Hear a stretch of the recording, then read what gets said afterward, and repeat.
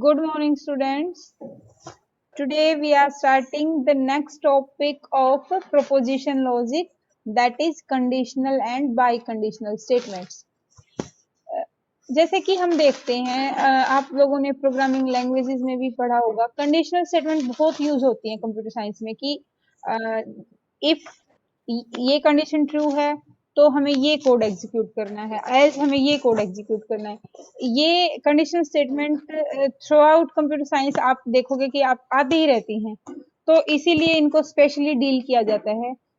तो इसी तरह से प्रोपोजिशंस में भी conditional and by conditional statements का आपको स्पेसिफिकली इनका डिस्क्रिप्शन है। तो इसमें आपकी स्टेटमेंट आती हैं इफ पी देन क्यू, इस फॉर्म की आती हैं। इनको कंडीशनल कि अगर अगर अगर छुट्टी है तो मुझे कॉलेज नहीं जाना है, अगर छुट्टी नहीं है तो मुझे कॉलेज जाना है। इस तरीके की चीजें, तरह तरह की कंडीशन आप कह सकते हैं। और इसके जो मैथमेटिकल फॉर्म है वो ये है P arrow Q। The conditional P arrow Q is frequently read as P implies Q। इसको पढ़ते हैं P implies Q। इसका मतलब P only if Q, कि अगर Q ट्रू है आपका तभी P होगा। इसका मतलब ये है P implies Q भी पढ़ते हैं इसको, और P only if Q। यहां तक समझ आया? इसकी अब हम टेबल देख लेते हैं, ट्रुथ टेबल, जिससे कि और अच्छे से क्लियर हो जाएगा। ये है आपकी ट्रुथ टेबल इसकी। P Q दो वेरिएबल हैं, तो अगेन आपको 4 रो लेनी है, 4 combination, true true true false false true false false. P implication Q में क्या है, दोनों ट्रू हैं तो ट्रू है, एक और सिर्फ ये एक जगह पे फॉल्स है, ये हमें नोट करने की जरूरत है। जब Q फॉल्स है तो ये फॉल्स। अभी हमने इसके बारे में क्या पढ़ा, P ओनली फॉल्स में भी तो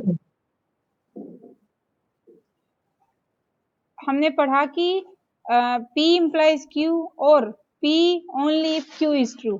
देखो जब Q की वैल्यू ट्रू है यहाँ, तो हम चाहते हैं कि P ट्रू हो।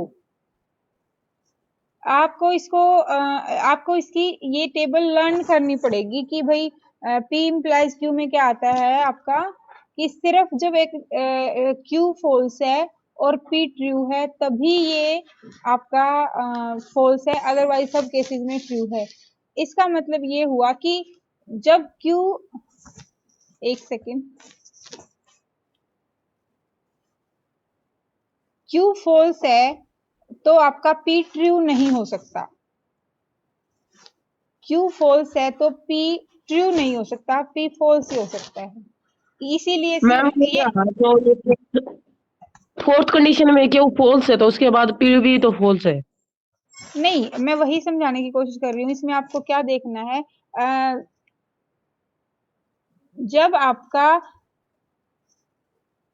Q ट्रू है तो आपका P ट्रू या फॉल्स कुछ भी हो सकता है, लेकिन अगर Q फॉल्स है ना तो आपका P ट्रू नहीं हो सकता। Q फॉल्स है तो आपका P फॉल्स ही होना चाहिए। यही इसीलिए फिर अगर Q फॉल्स है और P ट्रू है तो ये फॉल्स कंडीशन आ गई, इसीलिए ओनली सेकंड रो फॉल्स। ठीक है, तो P इम्प्लीकेशन Q का टेबल में आपको ये ध्यान रखना है कि जहां पे Q फॉल्स है और P ट्रू है, सिर्फ वो फॉल्स है। इसका आपको मैं दिखाती हूँ, इसके इक्विवेलेंट जो है आपका, ये होता है equivalent to negation of P और Q।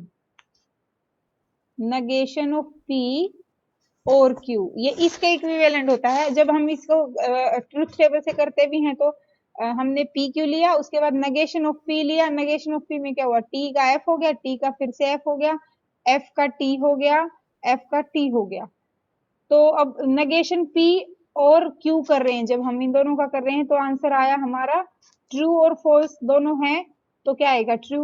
फॉल्स फॉल्स हैं तो फॉल्स, और ट्रू ट्रू है तो ट्रू, एक फॉल्स और एक ट्रू तो एक ट्रू आया। तो इसका मतलब जो ये आया हमारा, वो P इम्प्लीकेशन Q के इक्विवेलेंट आता है।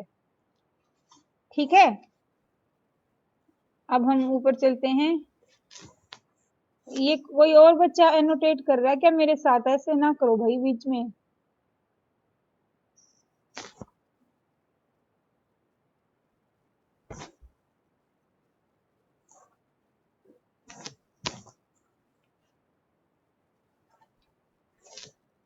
एक सेकेंड, इसकी घटा लेते हैं एक बारी।